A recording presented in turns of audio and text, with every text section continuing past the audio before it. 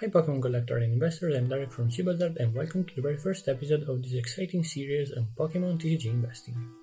Today we'll dive into an intriguing analysis of the current state of the Pokémon TCG world, so sit back, relax, and enjoy the full analysis because I've got some bonus content waiting for you at the end of the video.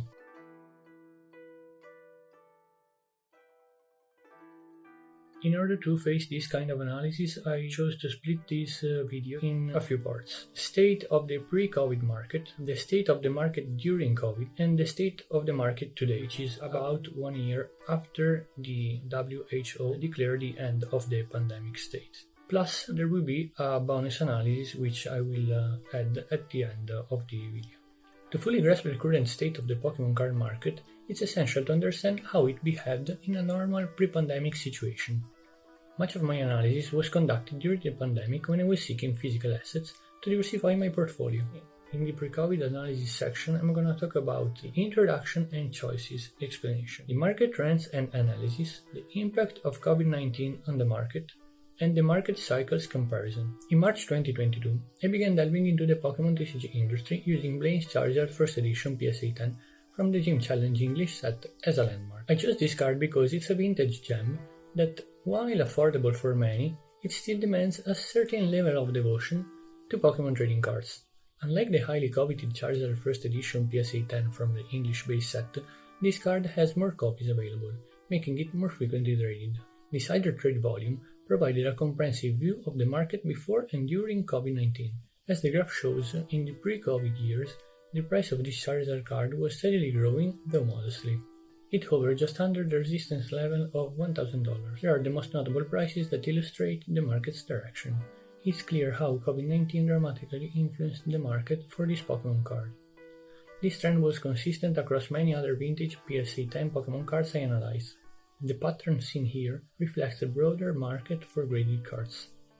For those new to investments and perhaps intimidated by market fluctuations, it's important to understand these trends as part of what's known as speculative bubbles. Such trends are not unique to Pokémon cards, but are common across other asset markets like gold and Bitcoin. These recurring patterns are called market cycles. Let's look at Bitcoin as an example to illustrate these market cycles. In the very first phase, which I called A, we can see an accumulation phase, where there is trust in the asset grows and the number of long-term holders increases. The second phase, which I named as B, is the speculative bubble. It's a significant event that sparks a peak in interest, leading to a rapid price increase. During the third phase, which I named as C, correction and stabilization happen. The market settles, some sell off, but the number of holders overall increases. In the Pokémon card market, this pattern is less distinct due to the fewer trades and lower liquidity.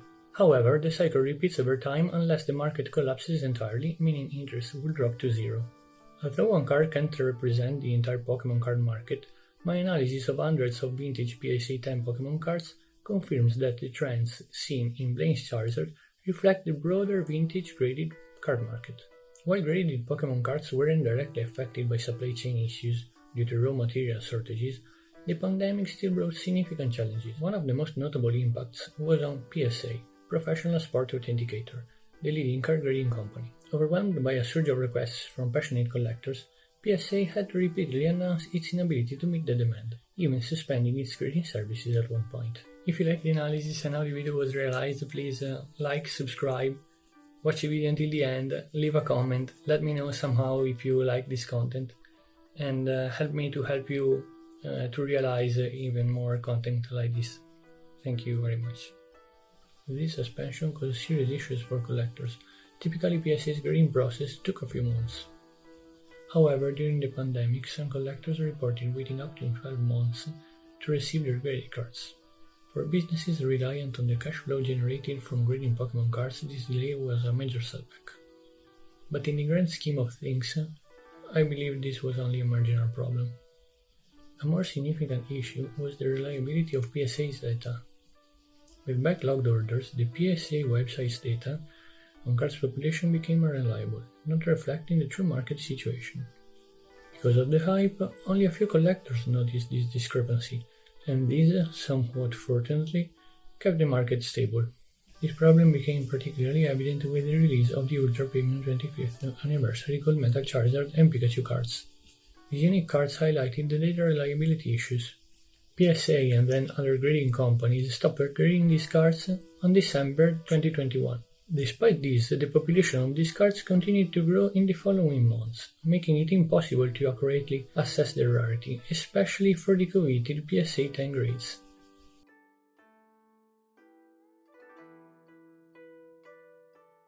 Fortunately, the vintage card market was less affected by these issues. Despite the surge in Pokémon mania prompting many old collectors to dig out and sell their cards, the vintage market remained stable. The scarcity and established value of vintage cards shielded them from the volatility seen with newer releases and grading backlogs. Even when an established company like PSA relying solely on official data without experts inside can lead to misinformed investments. The Pokémon card market has undergone significant changes since the pre-COVID era, and understanding these shifts is crucial for current and prospective investors. The latest part of the analysis, which is the state of the market today, is divided in the following sections. Comparison of resistance zones pre-COVID versus today, creation of strong support zones, market growth, investigating anomalous trades, challenges with PSA and eBay data, accurate market insights and adjusted market graph. Here is a look at the market today, with a focus on resistance zones, support zones, and key trading insights. Taking into account these and other values, it's evident that the Pokémon market for vintage graded cards has increased by about 300 to 400%. After a rebalancing period of about a year post-pandemic, the market has started to increase again, as shown by the graphs. Why am I not considering this extremely important last trade, which is breaking the support zone? Well, this is because it's a suspicious listing. A seller with a questionable reputation listed a card, and someone bid around $1,500, taking a significant risk. The authenticity of this trade is uncertain, and it might not be reliable data. Anomalous trades like this can skew the perceived market value, especially because the result of the event is uncertain. I've superimposed my adjusting line chart over the PSA one, considering every little detail for more accurate insights, such as wrong trades, scam trades removal, market behavior adjustments, auction price corrections, best offer adjustments. This graph provides a much more honest insight into the market for this card.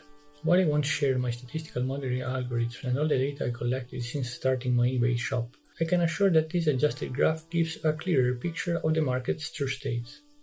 The speculative bubble caused by COVID-19 was healthy for the Pokémon TCG market, which even today is robust and continues to grow after stabilizing post-market. By understanding and adjusting for anomalies in trading data, investors can gain a cleaner and more accurate view of the market. In my humble opinion, events like COVID-19, Ukraine war, inflation, and various other factors have significantly altered the Pokémon card market. I anticipate that the market will exhibit steady, significant growth in the coming years, similar to the pre-pandemic period, but with the potential for sudden macroeconomically driven spikes. In this bonus section, we are going to talk about market stability and growth potential, factors influencing future market trends. Although these news are not good ones, it's noticeable that the interest in Pokémon cards remains high and even desperate, evident from the frequent news about thefts and scams, like in these cases. The enduring enthusiasm suggests a stable growth trajectory with intermittent periods of rapid appreciation driven by macroeconomic factors. During COVID-19, inflation surged, leading to a massive injection of liquidity into the Pokémon TCG market, resulting in a speculative bubble. A year after COVID-19, the number of billionaires increased, indicating that the world's wealthiest individuals are continually seeking alternative investments, including Pokémon cards.